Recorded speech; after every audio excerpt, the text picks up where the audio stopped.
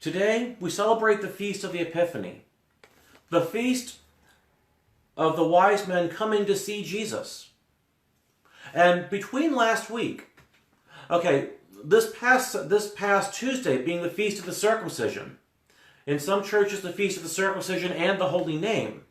Now the modern church renames it the Feast of Mary, but we use the old calendar, where it's the Feast of the Circumcision, and the second was the Feast of the Holy Name. And today, the Feast of the Epiphany, we have some ground to cover. But first, I find it rather interesting. How about if I get to the right page? I find it rather interesting that you never hear about this in a regular church.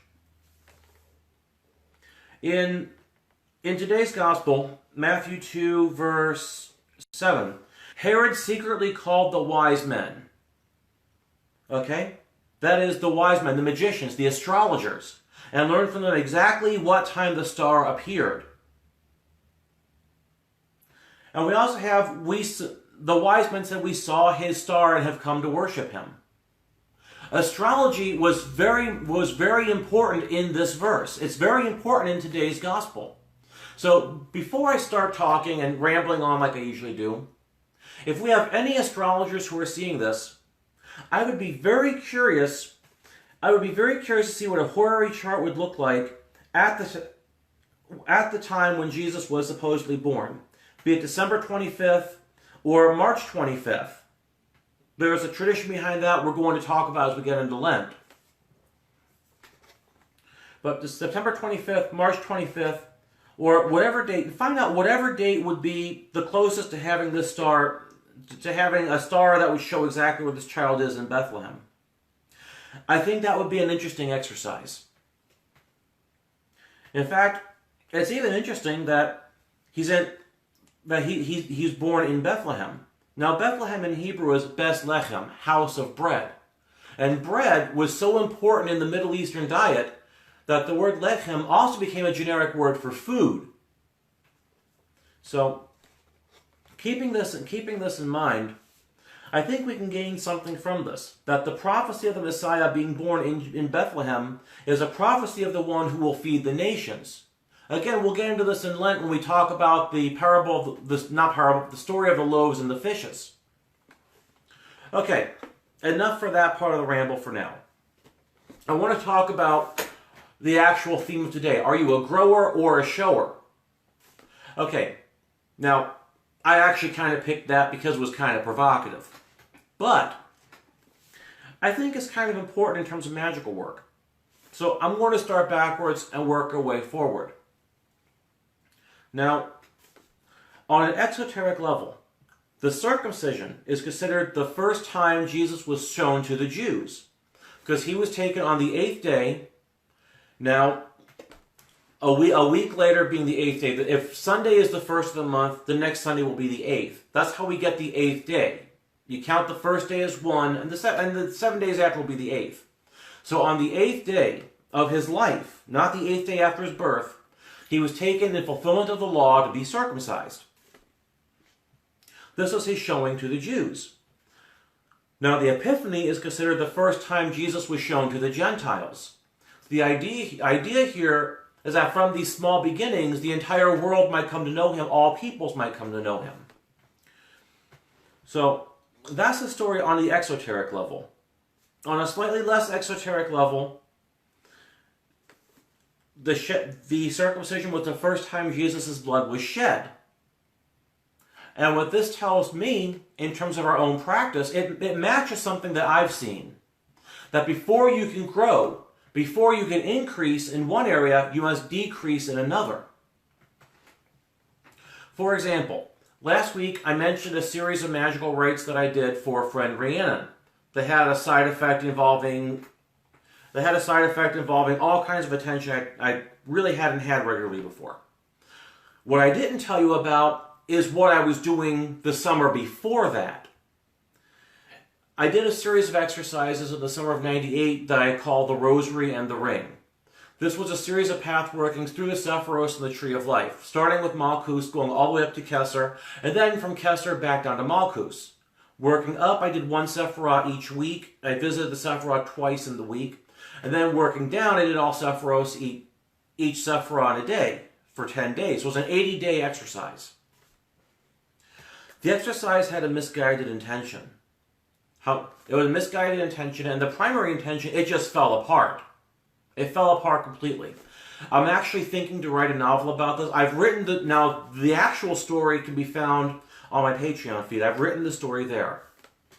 That's but I'm thinking of writing a novelization of this, where it's going to be a little bit embellished, but the real story is there, and the reader has a puzzle where they can figure out the actual story, and they can figure out every technique that I used. That will all be in there.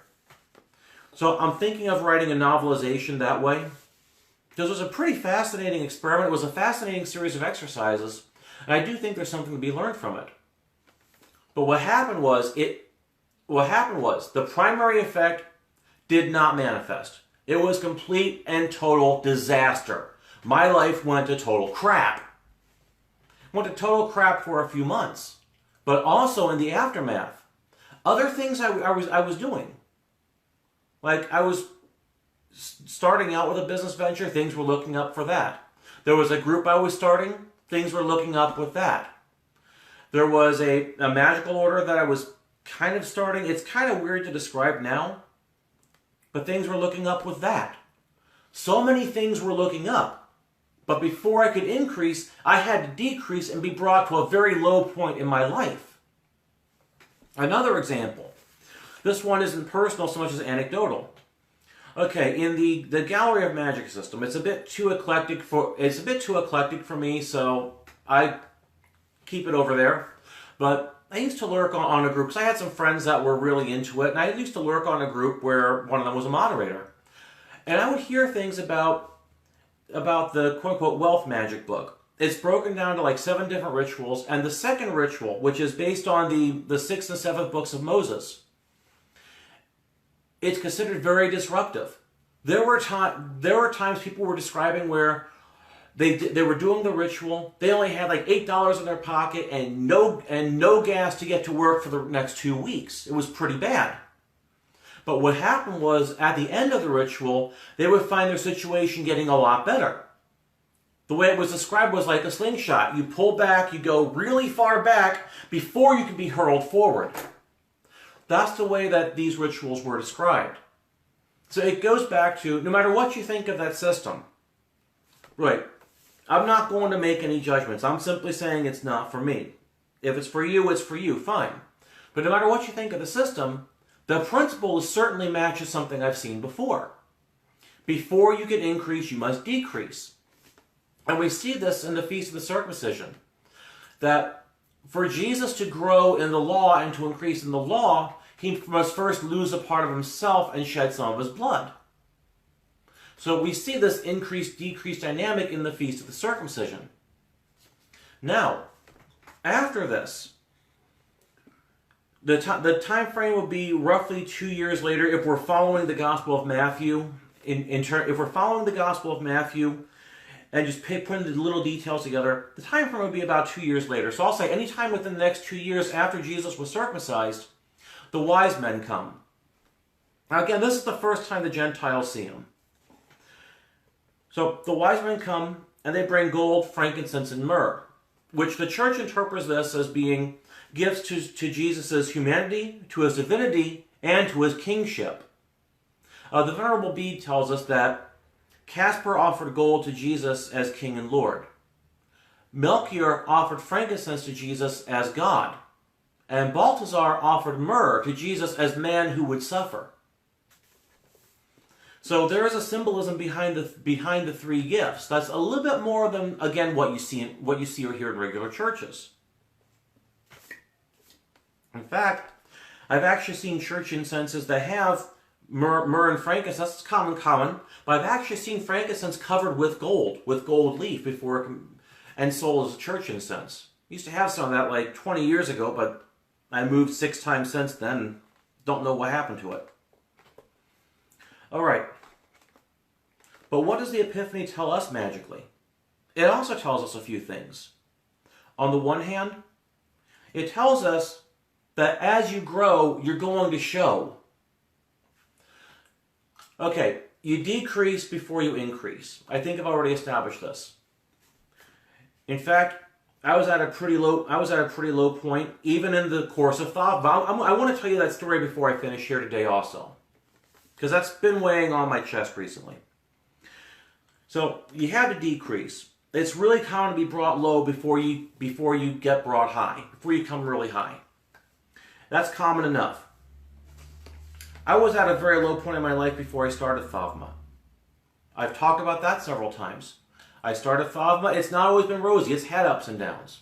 A year and a half ago, I almost closed down shop.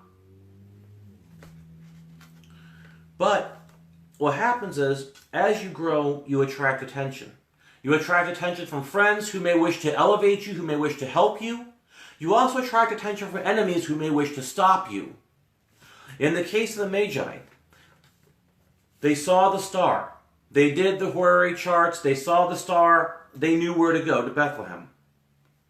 And they went there. However, they didn't know what Herod's issue was. They didn't know Herod did not want this to happen. They made an enemy in Herod.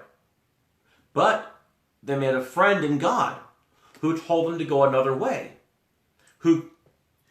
They were warned in a dream they should not return to Herod, so they went back to their country another way. That's the ending of today's gospel. And that's the other thing we don't see in churches. It's pretty common to hear the modern church say, don't listen to your dreams, it's just superstition. But Joseph was told in a dream that Mary's child was the child of God. Joseph was told in a dream, before Herod started the pogrom, to run to Egypt. The wise men were told in a dream, don't go back to Herod. Dreams are very important in Scripture. In fact, I believe it's in the book of Joel, where it said, I will come to you, I will come to your children in dreams and talk to them. So there's an importance in dreams. I myself, my early magical lessons happened in dreams. In fact, one of my earliest lessons to happen this way, I was 16 years old. The dream was I was in a classroom and an angel was teaching. And at the end of this dream, I wrote the Invocatio Nominis Domini that's in my major books. A lot of where my early magical system came from were lessons that I had in dreams. I had books on theory, but I didn't have books on practice. At least not until I'd already formed the system. My dreams are what formed the practice. I recently read that it's the spirits who teach us, who give us our real teaching. I recently read that. And in fact, I'm in the process of reading a book that's about exactly that.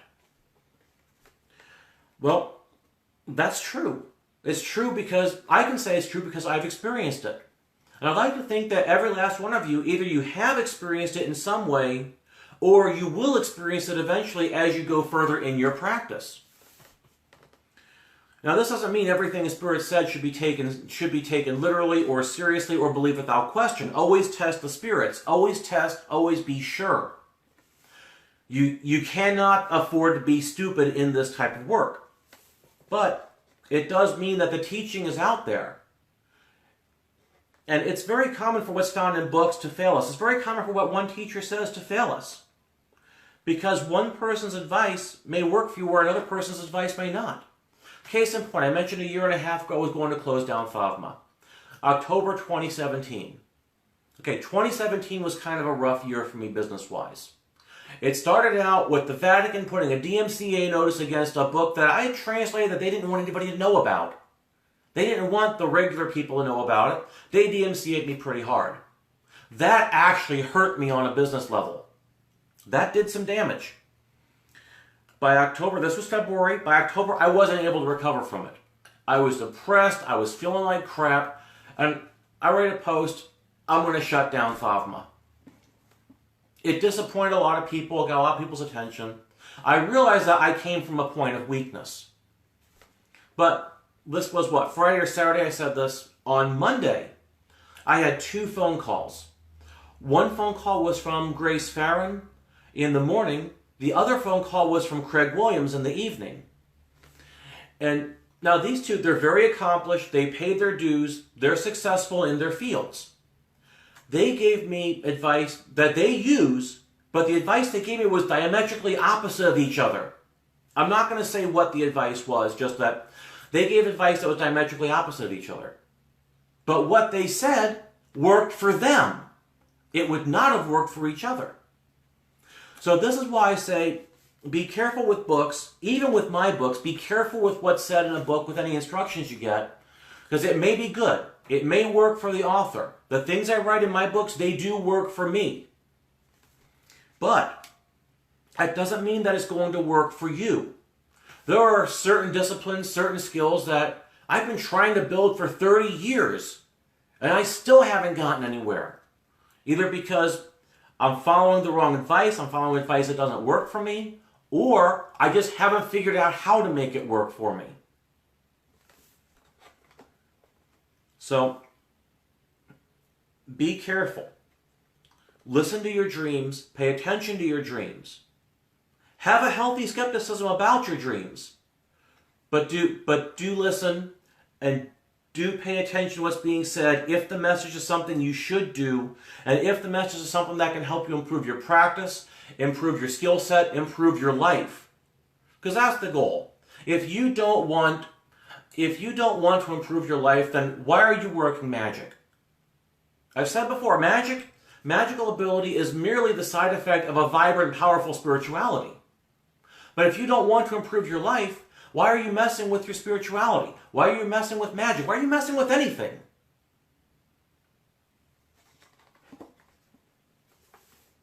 I'll let you answer that question for yourself. But the fact is, as you grow, you will get people's attention. Getting back to the thing where I almost closed down THAVMA.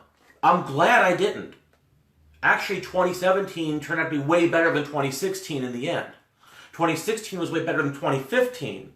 I don't have the numbers for 2018 yet. And it's not just numbers. It's not just dollar signs. It's about how many people are actually being helped. How many people are being helped in a positive way by what they're learning. And 2018 was a massive year for me. 2018, I was on Deeper Down the Rabbit Hole the second time. I was on Glitch Bottle. And Glitch Bottle, I blew up. My inbox did not stop for several weeks after that broadcast hit.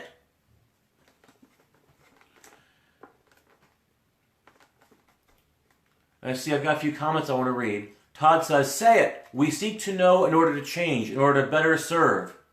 Todd, that sounds like something out of a Ted Andrews book that my dad had me read when I was 16.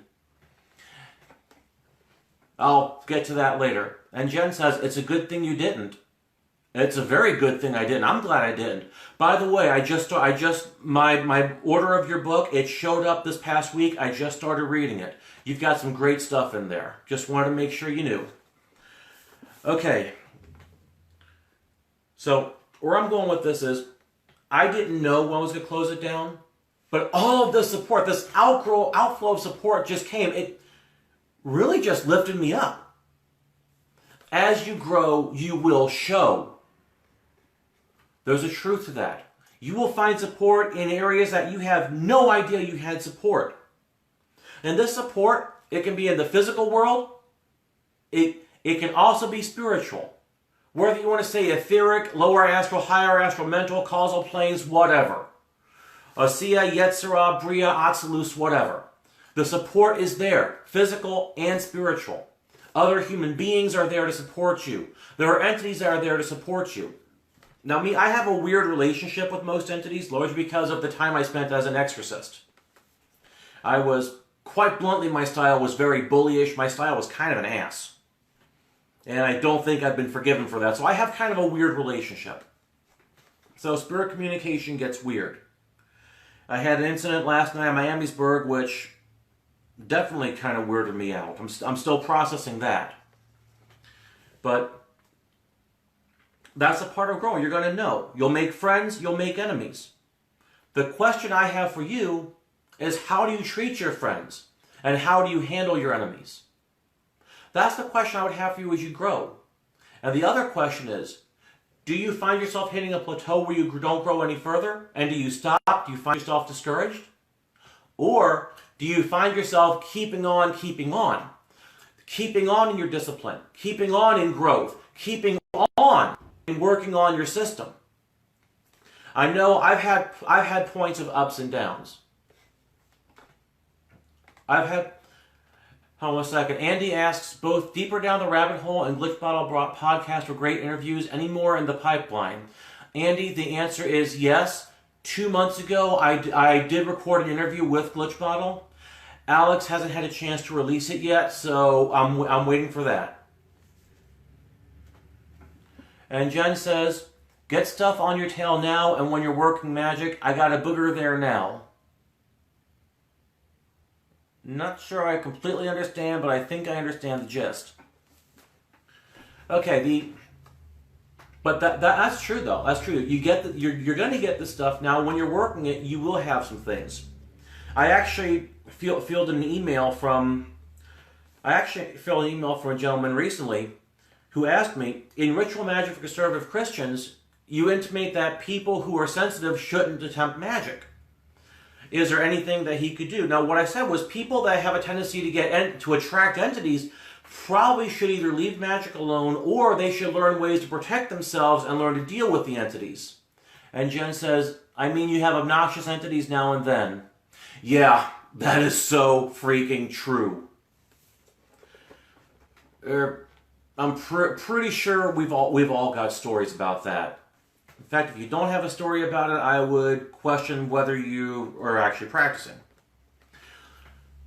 But the thing is, what I sent him some protective techniques, the LRP, I sent him the Tower of Light, that's in Denning and Phillips' book on psychic self-defense.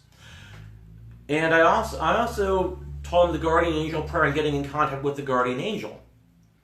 Because if you're sensitive, you can do magic, but you're going to need to learn how to deal with the entities you're going to attract. You're going to need to learn how to get that in line. Otherwise, you're just going to become a target at best, and at worst, an all-you-can-eat smorgasbord. And, you need to learn how to prevent that from happening first before you can really make progress. Otherwise, you'll get seriously derailed.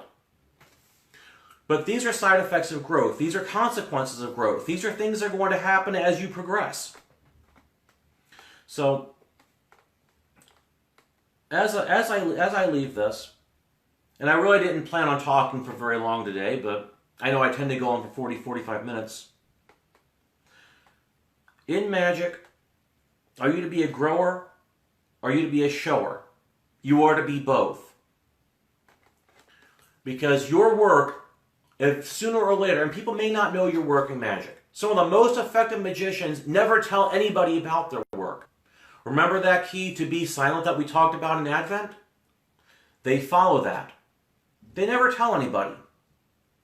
But the fact that they're accomplishing things does attract attention. It attracts attention, the attention of people, the attention of spirits, and you have to learn how to deal. You have to learn how to negotiate that, both in your social skills and in your spiritual communication skills. I'm not sure what to call those skills, but in your skills at handling and negotiation. Bradley says, yeah, protection is very important. I am a sensitive and was led into magic that way. Wish I had that advice in the beginning. Yeah, I grew up in a house where this stuff was talked about. Right, like I said, my father was a psychic. He was very psychic. I did not inherit his sensitivity. My sister did, and well, I really don't want to talk about family stuff. I'm just going to say that she could have made better use of it. She could have made better use of the training and resources available to her, but it didn't happen. So I totally hear you, Bradley. So as I end this, there's more to doing magic than just doing magic. Growth is a very important part of it. And like I've said repeatedly, as you grow, people and entities will notice you. So what happens is you need to learn a whole new set of skills. And as you learn that new set of skills, you find yourself growing yet another direction. And then you're going to have to deal with more people and entities. And then you're going to be growing and growing and growing. So my advice to you is to be cognizant of all these things when you're doing your magical work. Even if all you're doing is an LRP and the rousing of the citadels in the morning, which is pretty much the core of my exercises. Right. I know that Xena, gonna pick on you since you're watching. You did a video recently on my daily magical devotions and my Magic of Effective prayer books. Okay, first off, I want to thank you for the video. Second, I feel like you accused me of doing everything right. I don't think I know how to take compliments all that well. But one thing that she's doing is she's not just writing. She's not just doing the work. She's writing down what she did. Then she's writing down the results during the day. Documenting your results is very important. A lot of beginning magical advice is keep a journal. Okay, it doesn't need to be elaborate. It just needs to be the basic details of what you did that day and what results happened. Xena, I'm picking on you right now because you're doing it right. And if I remember to, I want to link your video in the description to this one. Xena says, they are great, work for me. You know flattery gets you everywhere, right? Okay, so keep your journal, write down what you're doing. It'll especially come in handy years later after you forget it and you're coming back and filling yourself in.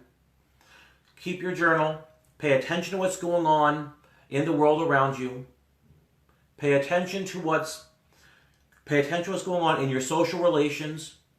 Because again, another thing I said last week, if entities cannot attack you directly, they may go through your loved ones or your pets or people you know or people you work with. Pay attention to that too. Pay attention to everything. Sorry, Xena says, does it get me a chili dog though? I'm not really sure. I'm not really sure. Can you ship those by mail? Okay. So, I'm going to close today's talk here, but keep these ideas in mind, keep these hints in mind, and even though it sounds very basic, it may even be very shallow, these hints and tips, they can lead to some exceptional growth if you work to navigate it and if you work to engage it.